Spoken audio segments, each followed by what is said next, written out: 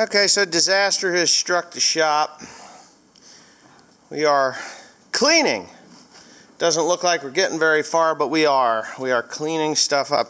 We're finding some pretty interesting shit too. I mean, I know I've had this stuff for years and years and years. I just, forgot about it. Like, here's ammunition. Old ammunition somebody had given me over the years.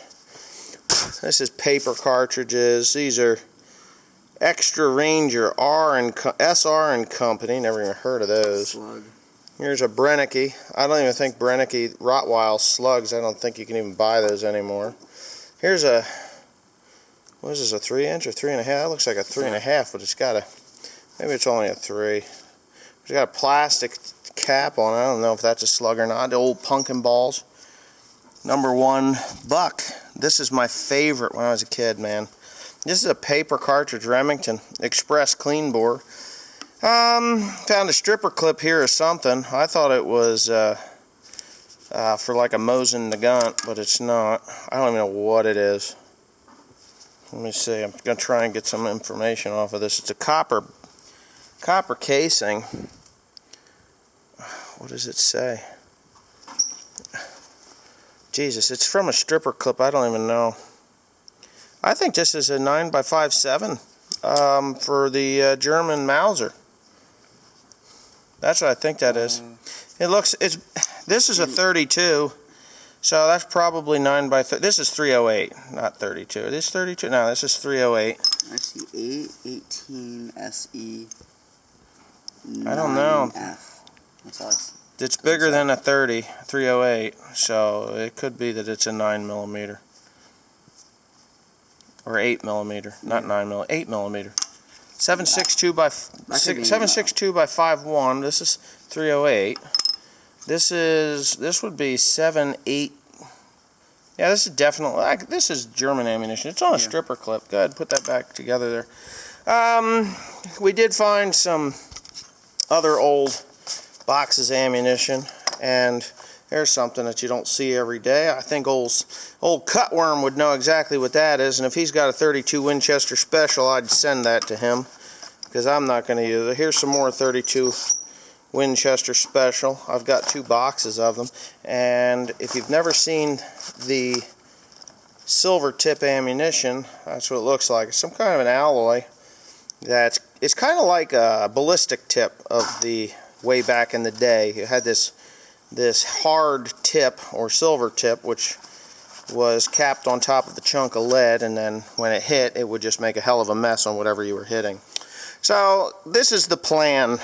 Basically, we've puked everything out of this spot over there, and we're going to organize it, and we're going to stow it where it belongs. We're getting rid of stuff that doesn't belong here anymore. That's just useless, and we're burning a bunch of junk, and we're throwing a lot of that stuff as garbage. It's going to the dumpster. And what I'm going to do is actually get that John Deere B that I got from a Nelson Bentley out in Utah.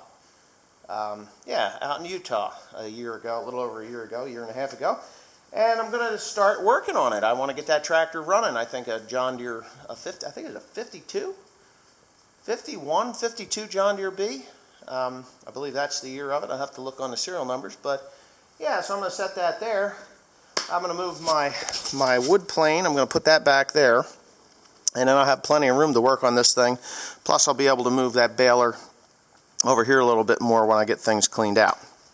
So that is the plan. Yeah, you may notice a spoked wheel there for the Model A. I do have some. I just got a bunch of stuff here. Those are parts to my 635. 635 disc, and I just got a bunch of stuff that needs to get moved out of the way. There's actually guns in that, and Peyton didn't even know that, did you? There's guns in there. Those guns do not belong to me. They belong to a friend of mine, and we put them in there for safekeeping.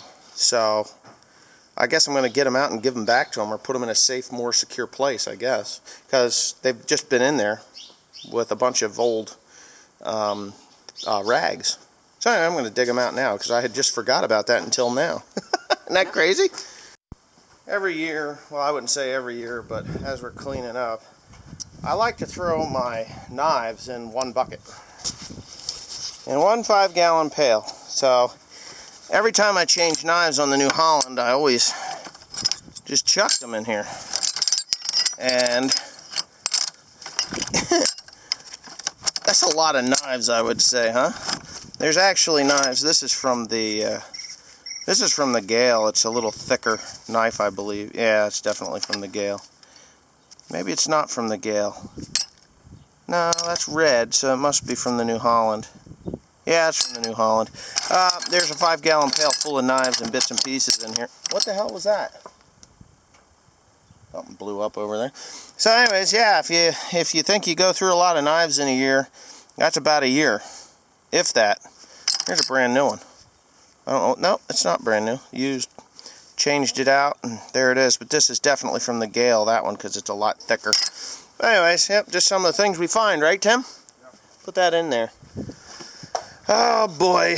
And the gun, I don't know what he did with it. Here it is. I just wanted to show you the gun. There was only one gun in there, and it's broken. And I remember it being broken. But it's a J.C. Higgins. It's a J.C. Higgins, let me show it to you, and then I'll show you where it's busted. And maybe Cutworm would be able to come up with the bolt for this thing, but if you look right there, come on, focus, you stupid thing. There it is. See where Tim's finger is? Take your finger away. There's a hairline crack there. Come on. Hate it when you try to focus on something like that. But anyways, there's a hairline fracture on this bolt, and it's just kind of scary to... Just scary. But it's a proof-tested 12-gauge, modified 2 3/4 inch 12-gauge shotgun, J.C. Higgins, model 583.17.